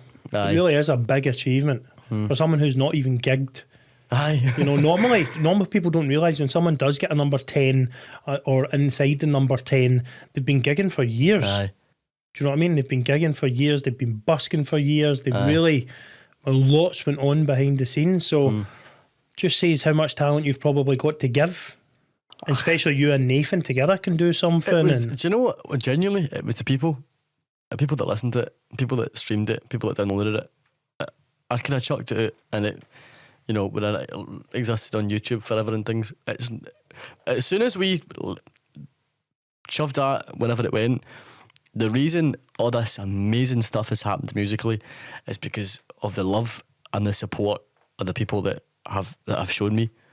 That's it, in a nutshell. It's the TikTok family. Well, all the social media family. It's the community, and that is just the truth of it. Like, if people want to listen to it or buy it on iTunes, you know, that it's just it. The great thing about you is you're a whole package. You're not just a singer who, you know, is literally all you hear is their music and you don't hear anything else except for bits of the music. You hear none of their personality. You don't know how real the songs are because you can't see, you know, you don't get to their personality. Yeah. You just have to have your own perception of what they're like. Yeah. You're funny, you're normal, you're authentic, you know. You'll have your serious conversations. You'll have your tea when you're straight out of bed with the hair tucked into your ear. You know what I mean? You don't give a fuck, and that's what people love. Then you'll have your songs that you'll put on. Yeah. You'll sing. You won't make it up to the heavens with lights and everything else to try and be perfect, and that is really very, very inspirational. Thanks very much. Well, it really is because, I mean, there's not many people doing it. with the authenticity. The people like to say they do, and then they won't do it just as authentically as you do. And same with this podcast, how authentic the podcast is. We keep everything in if we're talking to the producers, if we're getting opinions and everything. Because we need the world to see more than that. Footballers, I think, are terrible for it now. They don't show anything. They don't interact. They hardly interact with fans now. All their social media posts, they don't really interact with people. There's no... I know you're not a football fan, but just like for saying that'll be many people's idols in Scotland, right? Footballers, singers, whatever. There's no interaction. There's nothing. They'll only interact with the famous people who are writing their stuff. Yeah. They'll only interact with this. You don't know much about them anymore. Now, obviously, it might be the normal stuff because they want to be PG and they don't want it in trouble or to step a foot wrong because the public and social media, trial by, social media and all that nonsense. But I think this is something we need more. We need more authenticity from our artists, I can name a few, but I don't want to, from our artists, from our footballers, from people. I just think we deserve more authenticity, For this mental health battle we're fighting too, we need it. We need to feel close to our idols. We need to feel closer. I love what Will Smith does now, how he talks and, how he really goes into stuff and shows a lot more about himself. Maybe we didn't see when we were younger, when we thought the life in Bel-Air was perfect, when really... it's not. Do you know what's come into my head? I'm reading a question out. Had a wee rumble in my tummy. And I was thinking a Scottish orchestra. Right. Behind you. With hay? With hay or whatever song you want. Or whatever. With hay. Yeah, with hay. And you lengthen it, maybe? Because it would need to maybe be lengthened for the orchestra they would start and stop. You know what I mean? But because I don't know, when I was listening to it, I wanted more. I was like, whoa, why is the song over, man? Get into more, man. Genuinely, the most incredible thing ever. Can we make this happen? I'm really serious. Can we make this happen? A Scottish symphony orchestra behind Jared. That would be nuts. Some phenomenal location in Scotland, because we know how patriotic you are, we know how much you love a country. I do. Scottish orchestra behind you singing Hey. Can we make it happen? If there's anyone watching this who can make this happen, who do we contact? Do you know, I actually know someone who was in it, but I don't know if he's pan-breed now or not. Right. He was older about 10 years ago. I've also got no money, right? So so it needs to be for free. For free. And it needs to be backed off someone with money. Which is fine, someone with money. Throw it at it, man. Get it back off tax, man. Easy peasy, innit? Nicola Sturgeon. Yeah. You've got quite a close relationship with Nicola, but you were on a Zoom call here, right? Aye. That's good enough. Best pals. Nicola, for one, you've not watched any of my podcasts, Nicola. Well, I'm guessing you've not because you've not emailed me. For two, you also did tell the people that you were going to do a dance on TikTok, and you haven't. No. So it's this or I'm voting Greens. Yeah. I'm voting Tories. No, I'm not. I'm not even voting Tories, man. No, I'm not even going to threaten about voting Tories because that's not going to happen. But I'll vote Greens and all. I'm voting the hash group. Are they still a group? Anyway, there was a mad hash group. Literally, it was just like legalised hash. In America, Snoop Dogg done the Snoop Dogg hash group, whatever that was. There is a few questions off fans that I need to ask, and I've tipped a few of them just so cool. It suits. What was the process of healing after you came out? All right. Now, people might not understand just how huge a moment this or that is for someone. How do you get back to feeling normal again? Now, you've already explained you don't feel normal totally, but just talk to us a bit of... the genuine truth is I know there will never be a coming back to feeling normal for me after post coming out, because now I'm more normal for doing so. Does that make sense? Phenomenal. Yeah. Totally. Do you know that's a huge problem that, see, when I read that question out, I didn't know that answer in my head. Yeah. It's a huge problem for education for me. It's like, because that answer was already there. I know the intention behind that question, but the reality of it is, I think the person who wrote that question knew the answer already. How do you get back to feeling more normal? This is the most normal I've felt, because you know, that wee man inside's coming out. I guess. I don't fucking know. Don't worry, I don't fucking know. don't worry. There's five people in here too, mate. Don't worry. You're getting the anxious one tonight, mate. So sorry. There's another. But I hope that's probably the most sense I'd make out of it. Absolutely. No, it's the answer was there. Do you know what I mean? Yeah, of course you would feel more normal, you know. But yeah, well, maybe not normal, but you know, at least a bit more me, I suppose. Yeah. In terms of the healing process of coming to terms with it and understanding it, I guess is something I'm still going through, and probably, I suspect, will do for as long as I'm on this planet. But at least there's a bit more truth in me. Yeah. And it's been absolutely delightful. I had a fucking brilliant time having you on. I know we've been in here. I think the two Davids there, especially the cameraman, he's had to stand. Honestly, his arse and fucking hamstrings must be fucking killing him right now, man. Because my arse is so, know what I mean? Fucking hell, man. And I'm starving. But this has been fantastic. It's been just, two boys talking. Brilliant. No, brilliant. Thank you. Thank you. Chatting shite. And honestly, I wish you all the best. I don't know what's next for you. Oh, fuck knows, mate. Just We'll roll with the punches. And I hope after doing this podcast on your TikToks and stuff, you just say what's on your mind. Yeah. Literally. It's just slow journey. Aside for the conversations we've had and the laughs we've had, genuinely, thanks very much. This has been I really appreciate this. Thank you. You're still so young as well. No. You've got the whole world in front of you. Is that back on? Give one more rendition. And I've never felt Half this hole without you. Here we go, letters in the air. But the Drink only works when I start to resent you, and the come down makes me instantly regret it. Beautiful. What a fucking tune. How's a belter? Scottish Symphony Orchestra, Nicholas Sturgeon, Jenny Godley. What could they put to this? You know, I'm trying to visualise it right now. What could be behind this? Like a big. Because see when you go on the high, like it'll come. Oh no, this is the end of the song. I think. Fuck's sake, man. Hey, we need to come back. Right, wait. There's a bit that comes here. Aye. I can see this being spinning, man. This is the strings here. Aye. And a wee guy with the cymbals. Then your stomach rumbling. That's it. We could use that. Screw Right, are we ready? This is when that's not yet. I fucked it. It's next. No, you fucked it. You better not do that with the Scottish Orchestra. Right, here it is. There's Jenny Godley and the cymbals. You wouldn't hear the fucking orchestra if Jenny Godley's in the cymbals, man. Okay, wouldn't you? Didn't hear the fucking cymbals. The fool. Smashing. Wish this was whiskey, but I'm off it.